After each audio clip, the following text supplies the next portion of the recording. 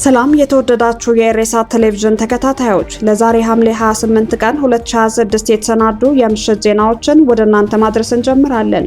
እንድትከታተሉን በአክብሮት እንጠይቃለን። አበይት ነጥቦችን በቅድሚያ በቀይ ባህር ላይ የመርከቦች እንቅስቃሴ በእጅጉ መቀነሱ ተገለጸ። ሄምቲ በኮርዶፋን የደረሰባቸውን ሽንፈት ተከትሎ ለፈጥኖ ደራሽ ኃይሉ አዛዦች ጥቃት የማስጀመር ሙሉ ስልጣን ሰጡ። የእስራኤል ጠቅላይ ሚኒስትር ቤንጃሚን ኔታንያሁና የአሜሪካው ፕሬዝዳንት ዶናልድ ትራምፕ በዋይት ሃውስ ማክሰኞ ዕለት ሊገናኙ ነው። የዩክሬን ፕሬዝዳንት ከትራምፕ ጋር ስለ አየር መቃወሚያ ስርዓት ሊወያዩ ነው። በጃፓን ከተከሰተው ኃይለኛ የመሬት መንቀጥቀጥ በኋላ በኒውክሌር ጣቢያዎች ላይ ምንም ጉዳት እንዳልደረሰ ተገለጸ። ኢራን ከአሜሪካ ጋር ለመናገር አልጠየቅኩም አለች። ወደ ዝርዝር ዜና እናልፋለን። አብራችሁን ቆዩ። በቀይ ባህር ላይ የመርከቦች እንቅስቃሴ በእጅጉ መቀነሱ ተገለጸ።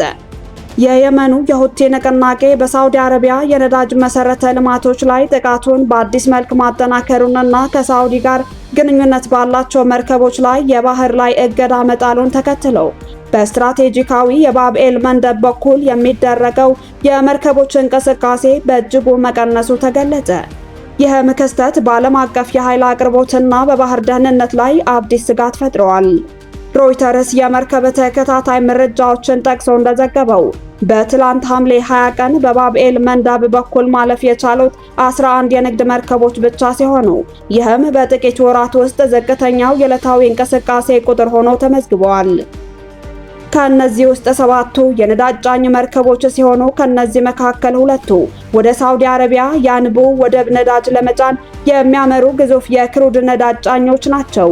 አንደኛዋ ደግሞ ከሩሲያ ጋር የተገናኘች ጭነት የያዘች ናት ተብሏል። ቀሪዎቹ 4 መርከቦች ደግሞ የሳውዲ፣ የኤሚሬትስ እና የሩሲያ ነዳጅ ጭነው በዋነኝነት ወደ ቻይና እና ፓኪስታን በመጓዝ ላይ የነበሩ ናቸው።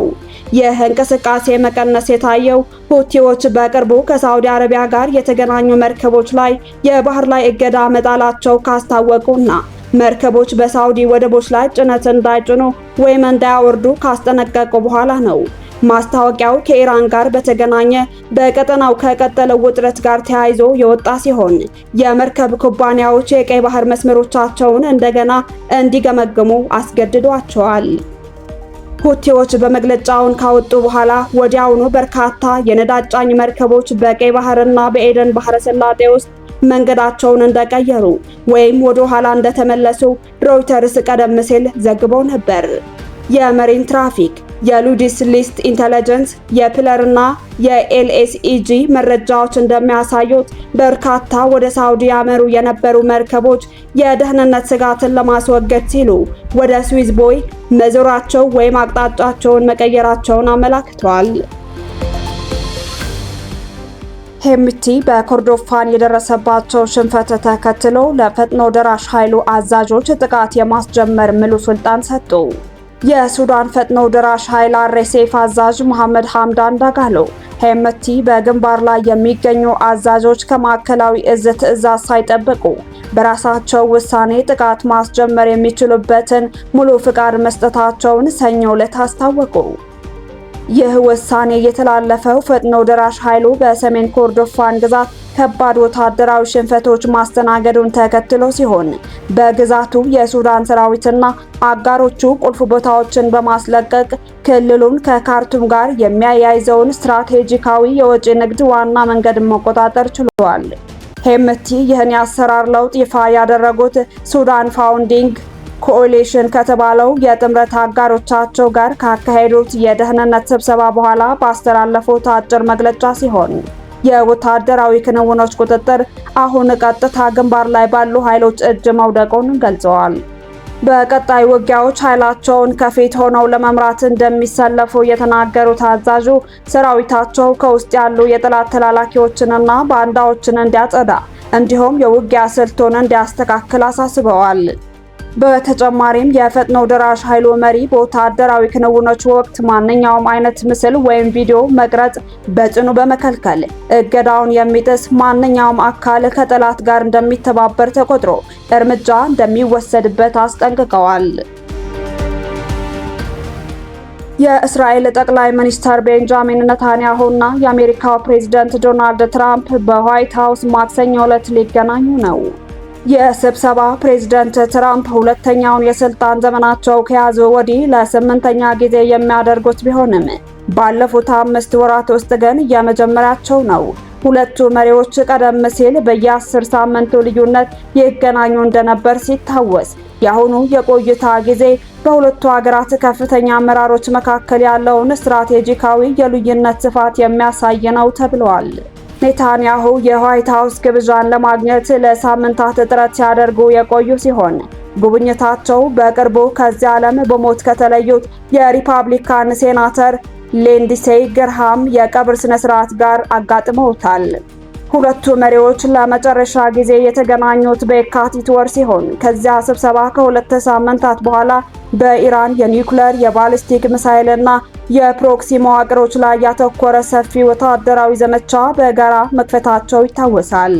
በኢራን ላይ የተከፈተው የጋራ ወታደራዊ ዘመቻ ኢራን የሆርሙዝ የባህር በርን በመዝጋቷንና የዓለምን ኢኮኖሚ በማነቆ ውስጥ በመጣሏ ምክንያት በፕሬዝዳንት ትራምፕ አዛዥነት ባለፈው ሚያዝያ ወር በድንገት እንዲቆም ተደርጓል።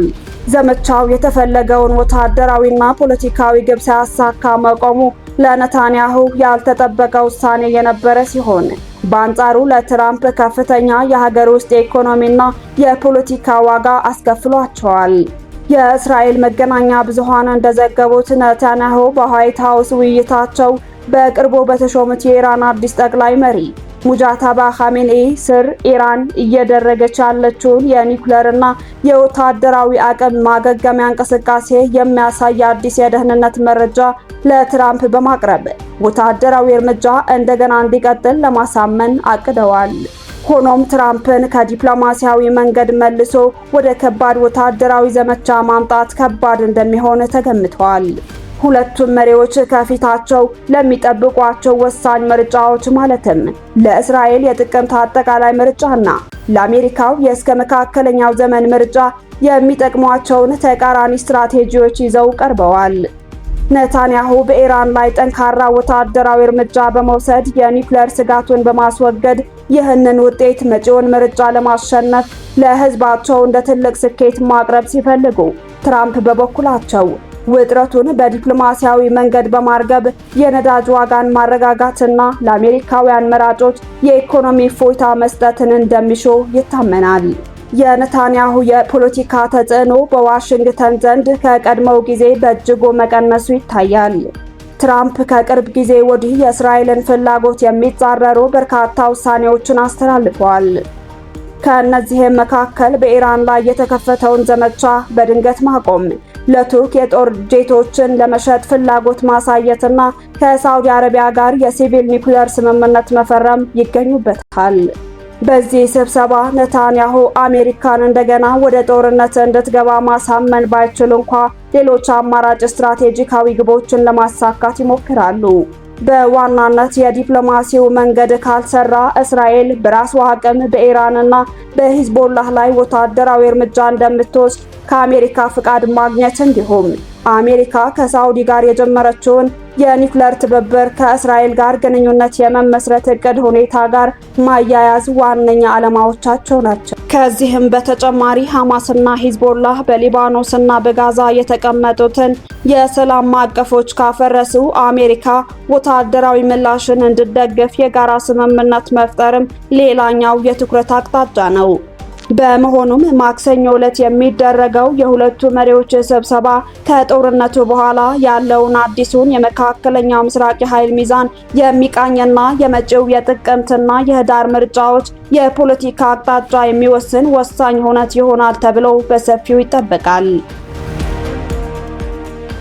በጃፓን ከተከሰተው ኃይለኛ የመሬት መንቀጥቀጥ በኋላ በኒውክሌር ጣቢያዎች ላይ ምንም ጉዳት እንዳልደረሰ ተገለጸ። በደቡባዊ ጃፓን በኩማሞቶ አካባቢ ከተከሰተው ኃይለኛ የመሬት መንቀጥቀጥ በኋላ በአካባቢው በሚገኙ የኒውክሌር ኃይል ጣቢያዎች ላይ ምንም አይነት ያልተለመደ እንቅስቃሴ ወይም አደጋ እንዳልተመዘገበ የጃፓን የኒውክሌር ቁጥጥር ባለስልጣን አስታውቀዋል። ይህንንም አልጀዚራ ዛሬ ማክሰኞ ሐምሌ 28 ባሰራጨው ዘገባ አመላክቷል። እንደ ጃፓን የኒውክሌር ባለስልጣናት ገለጻ 7.1 ሬክተር የተመዘገበው የመሬት መንቀጥቀጥ በደቡባዊቷ ኪዩሹ ደሴት ከተከሰተ በኋላ በአካባቢው የሚገኙ የሴንዳይና የጌንካይ የኒውክሌር ኃይል ጣቢያዎች በመደበኛ ሁኔታ ስራቸው እየቀጠሉ እንደሆነና ምንም የደህንነት ስጋት እንዳልታየ አረጋግጠዋል። የጃፓን ሜትሮሎጂ ኤጀንሲ በበኩሉ እስከ 1 ሜትር የሚደርስ የሱናሚ ማዕበል ሊከሰት ስለሚችል በባህር ዳርቻ የሚኖሩ ነዋሪዎች ከአካባቢው እንዲርቁና ከፍተኛ ጥንቃቄ እንዲያደርጉ አስጠንቅቀዋል። እስካሁን ድረስ በሰው ሕይወት ወይም በንብረት ላይ የደረሰ ጉዳት ስለመኖሩ የተረጋገጠ መረጃ አልተሰጠም። ሆኖም በኩማሞቶ ከ40 ሺህ በላይ ቤቶች ከኤሌክትሪክ አገልግሎት ተቋርጠዋል። እንዲሁም አንዳንድ የባቡር አገልግሎቶች ለጊዜው መቋረጣቸውን ዘገባው ያስረዳል። የጃፓን ጠቅላይ ሚኒስትር ሳናኤ ታካኢቺ በበኩላቸው መንግስታቸው የዜጎችን ሕይወት በቅድሚያ በመጠበቅ ላይ እንደሚገኝ ገልጸው ህዝቡ ከባህር ዳርቻዎች እንዲርቅ ተጨማሪ የመሬት መንቀጥቀጦች ሊከሰቱ ስለሚችሉም ከፍተኛ ጥንቃቄ እንዲያደርግ ጥሪ ማቅረባቸውን ዘገባው ያመለክታል።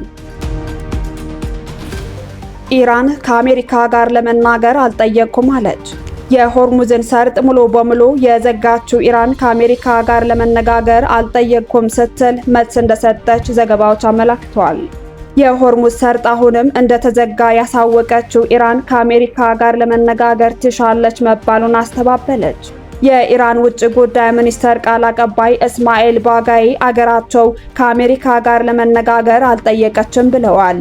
የአሜሪካ ፕሬዝዳንት ዶናልድ ትራምፕ ለ2 ሳምንታት ያህል ኢራን ላይ ዳግም አስጀምረውት የነበረውን የአየር ድብደባ ባለፈው አርብ በድንገት አቋርጠዋል። ምክንያታቸውን ሲገልጡም መልካም የሚባል ንግግር እየተደረገ ስለሆነ ነው ብለዋል።